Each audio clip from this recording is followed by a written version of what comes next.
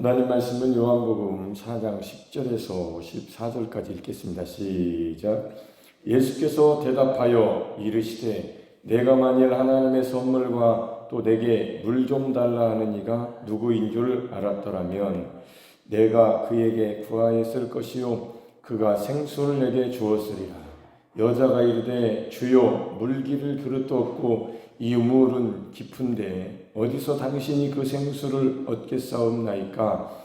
우리 조상 야곱이 이 우물을 우리에게 주셨고 또 여기서 자기와 자기 아들들과 짐승이 다 마셨는데 당신이 야곱보다 더 크니까? 예수께서 대답하여 이르시되 이 물을 마시는 자마다 다시 목마르느니와 내가 주는 물을 마시는 자는 영원히 목마르지 아니하리니 내가 주는 물은 그 속에서 영생하도록 솟아나는 샘물이 되리라. 아멘.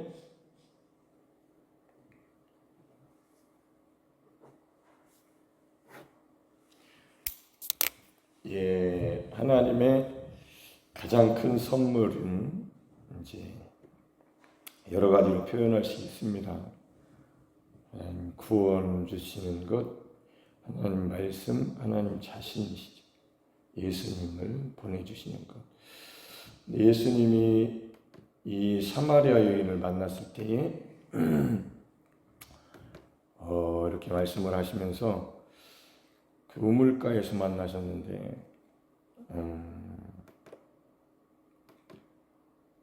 하나님의 선물, 내가 만일 하나님의 선물과 또 내게 물 좀 달라 하는 이가 누구인 줄 알았더라면 예수 그리스도 자체가 선물이시죠. 근데 여기서 말씀하신 것은 성령을 얘기하시는 겁니다. 성령. 예수님이 누구인 줄 알았더라면 내가 그에게 구하였을 것이다. 그가 생수를 내게 주었으리라. 이 생수.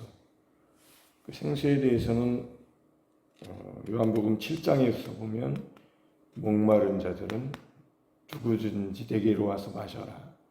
그 배에서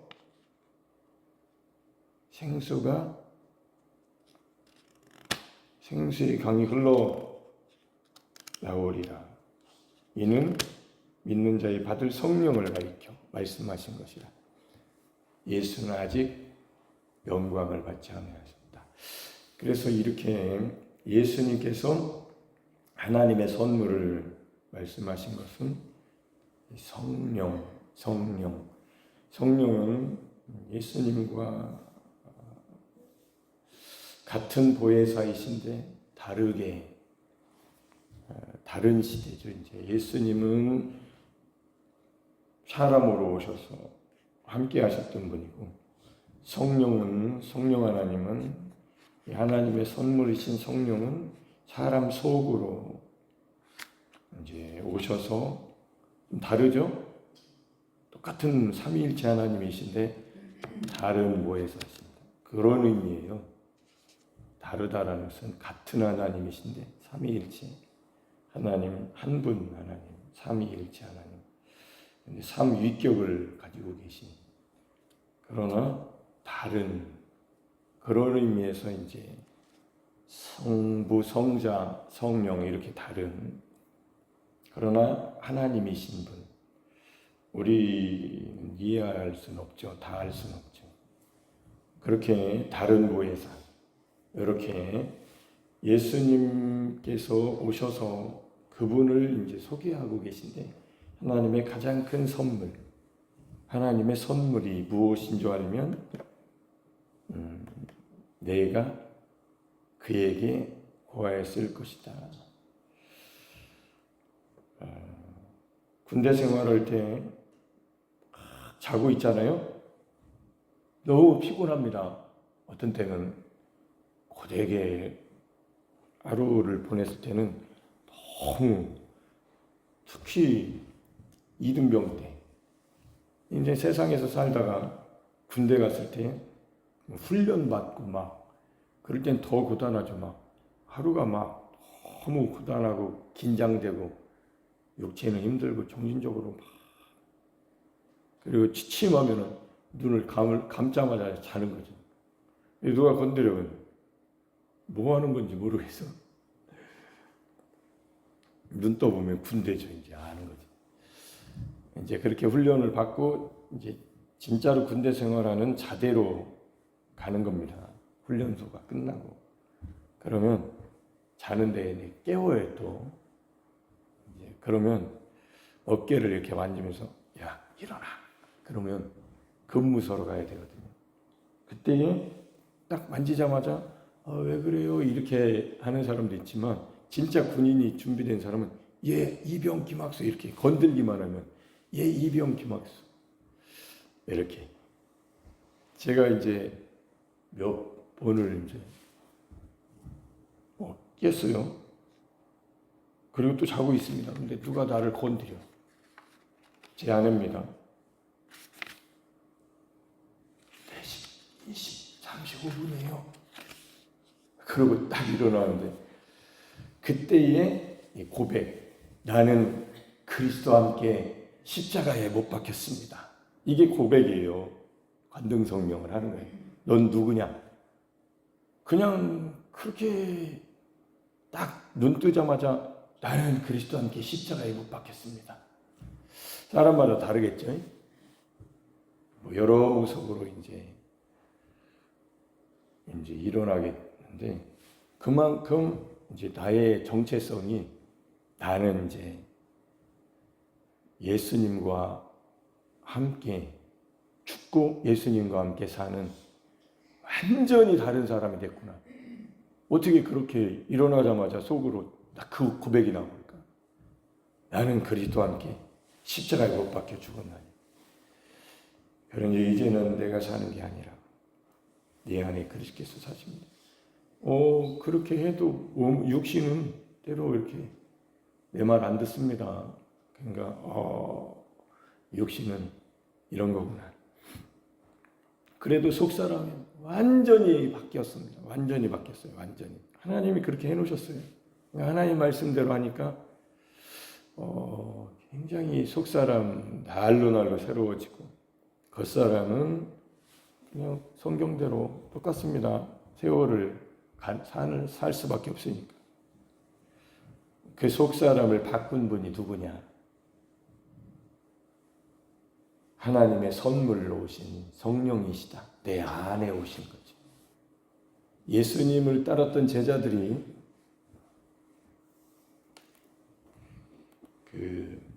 예수님이 보실 때 아직 안 된 거죠. 왜냐면은 예수님은 그 제자들 육신의 연약함을 다 아시거든. 율법이 할 수 없는 것, 육신으로 말미암아 연약하여 할 수 없는 것을 하나님이 하시려고 오신 거죠. 하나님의 아들이 하시려고 오셨으니까. 죄를 위해서 그들 때문에 그들이 못하니까 하나님의 아들이 죄로 말미암아 오신 겁니다. 그래서 이렇게 예수님이 그거를 가르쳐 주셔야 되잖아요.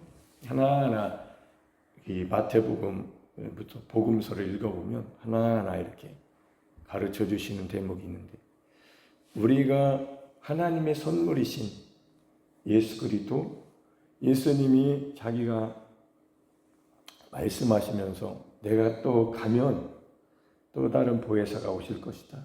그래서 성령을 모셔드리고 신앙생활하는 사람들이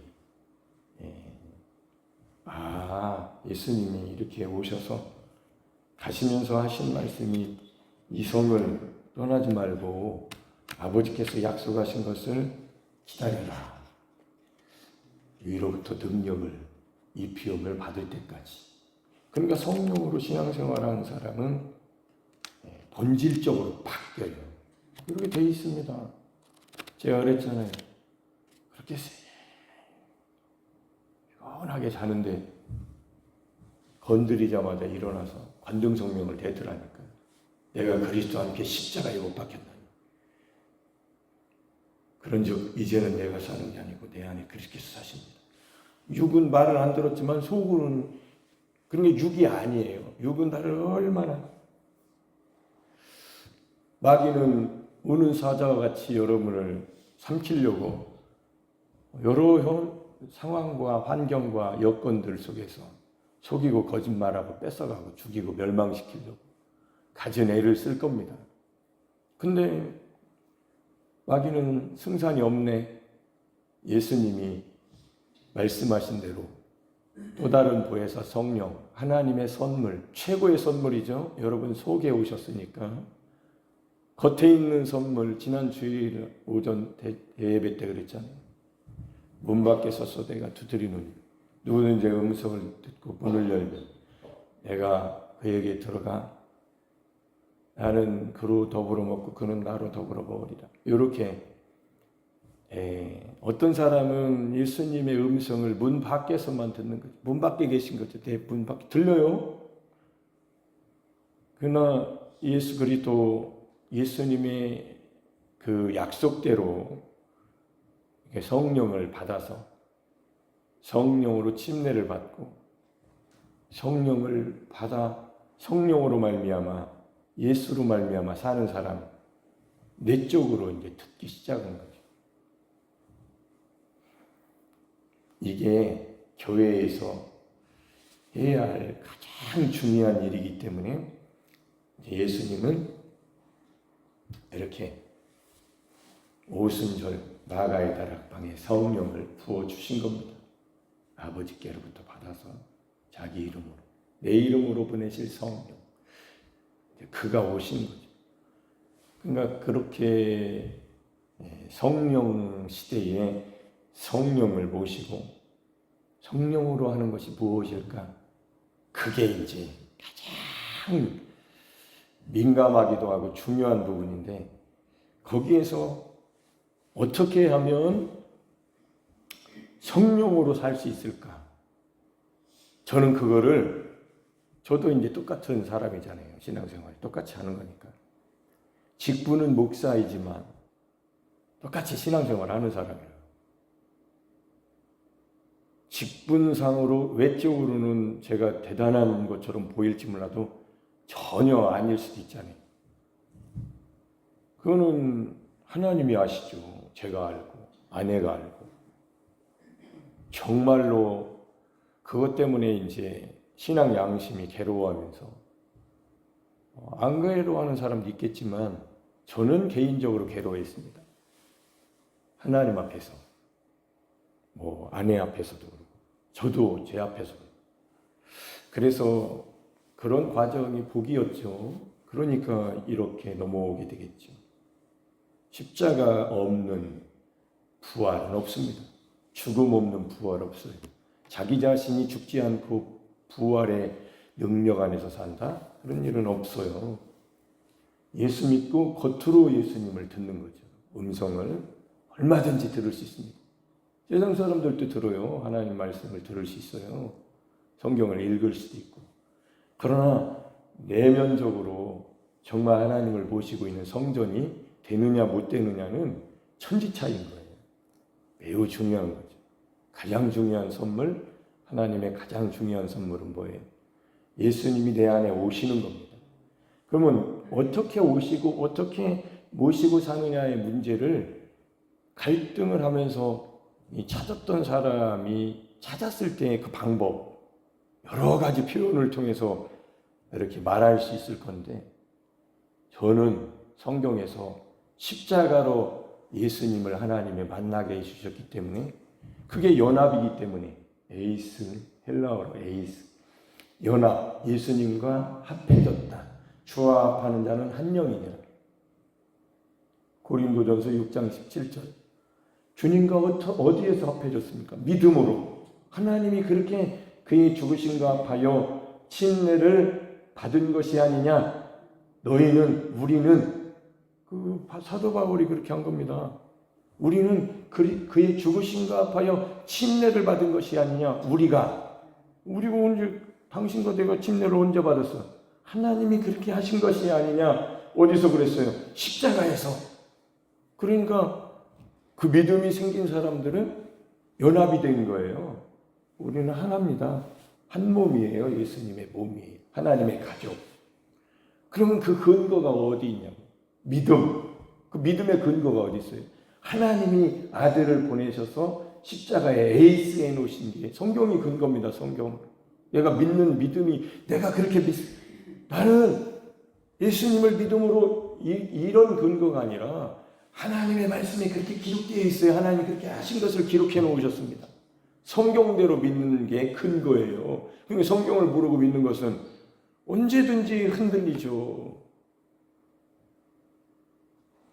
고정되지 못하죠. 하나님이 해놓으신 대로 하나님이 해놓으셨으니까 이거는 누구도 바꿀 수 없는 일이. 그렇게 믿어야 되는데 그런 믿음을 가지니까 믿음에 이르러 오직 의인은 믿음으로 말미암아 살리라. 요게 무슨 뜻인지를 정확하게 알게 된 거죠. 그러니까 십자가를 지고 사니까 관등성령이 딱 나오니까 성령이 그러니까 십자가를 지면 성령이 오신 거예요. 이게 정답입니다. 예수 그리스도와 함께 십자가에 못 박혔나니 이게 약하면 성령이 오셨다가 나가셨나? 오셨다가 나가셨나? 왔다 갔다 한다. 본인이 그렇게 본인 자신이 그런 경험을 하는 거예요. 왔다 갔다 한다. 그러나 관등성령이 예! 이렇게 딱 언제든지 예!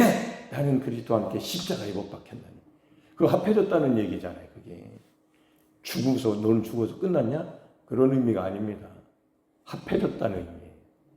그러므로 하나님은 그대로 그 법대로 하시는 거예요. 그 법, 믿음의 법, 말씀의 법, 성경대로 예수 그리스도 아들을 주신 그대로 하시는 겁니다. 그러니 이보다 더 중요한 이 복음 선포가 어디 있겠냐고. 없어요. 단언합니다. 단언해. 십자가에 못 박히신 예수 그리스도 없이는 절대로 최고의 선물 성령을 안으로 받아들일 수 있는 비결은 없어요. 하나님이 그렇게 하셔. 그 외에는 없습니다. 길이 없어요. 그러니까 예수님 물을 달라는 이가 누군지 알면 예수님을 딱 붙들죠. 그러니까 막달라 마리아가 자기를 용서해 주시고 사해 주시고 구원해 주시고 치유해 주신 예수님을 그만큼 사랑하니까 예수님도 마리아야 라보니요 선생님 알아듣잖아요. 익숙한 음성. 여러분을 부르시는 주님의 음성이 있냐고. 겉에서 아이고 이분이 주님이요 목사님 음성이요. 목사님이 그렇게 설교했더라. 이렇게 하면 외적으로 들은 거예요. 나는 하나님의 말씀을 들었다. 이렇게 되셔야 되거든요.